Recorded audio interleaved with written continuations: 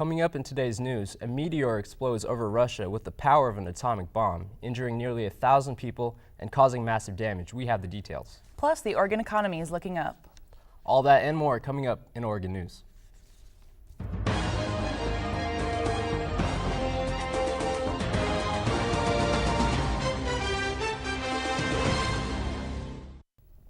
Good afternoon and welcome to Oregon News. I'm Shelby Hawkinson. And I'm Josh Volvovic. The Pope has announced he will be stepping down from his duties. Benedict cited his ailing health and advanced age in announcing his resignation.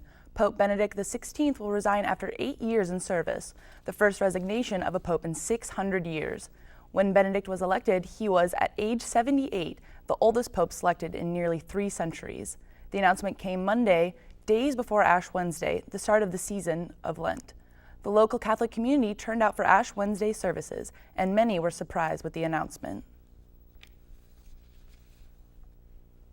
He showed a lot of courage in a way to acknowledge what he was going through and to kind of just step down for.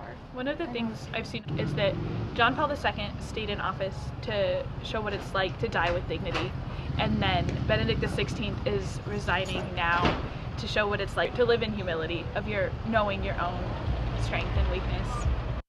Benedict will officially step down on February 28th, and a conclave will be held in mid-March to begin the process of appointing a new pope. In an $11 billion deal that will create the world's largest airline, U.S. Airways and American Airlines are planning to merge.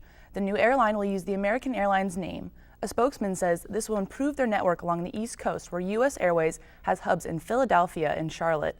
The deal is the latest in a series of aviation mergers that have trimmed what were 10 major airlines in 2001 down to just 4 in 2013. The deal still needs the approval of bankruptcy court and federal regulators, a process that will take months to complete. The Oregon legislative session is underway. Colin Deaver is here in the studio to give us a look at a new bill being proposed for gun safety. Colin, what's the bill supposed to do? Well, Shelby, lawmakers are attempting to draft a bill this session to improve both gun safety and firearm safety awareness throughout Oregon. Coming up, same-sex marriage is on the minds of legislators and Oregonians. We'll tell you why one lawmaker thinks it is the generation's civil rights battle.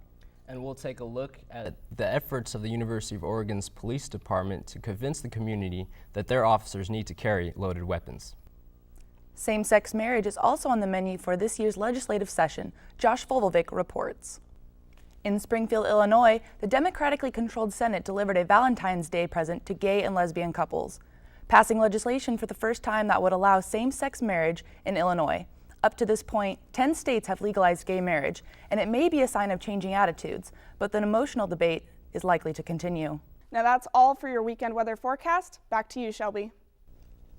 Thanks, Hannah. Up next, the Eugene School's superintendent is recommending a bond measure to improve schools. Find out if your school is on the list. The trouble-plagued Carnival cruise liner Triumph finally made it back to shore. It docked in Mobile, Alabama late last Thursday night.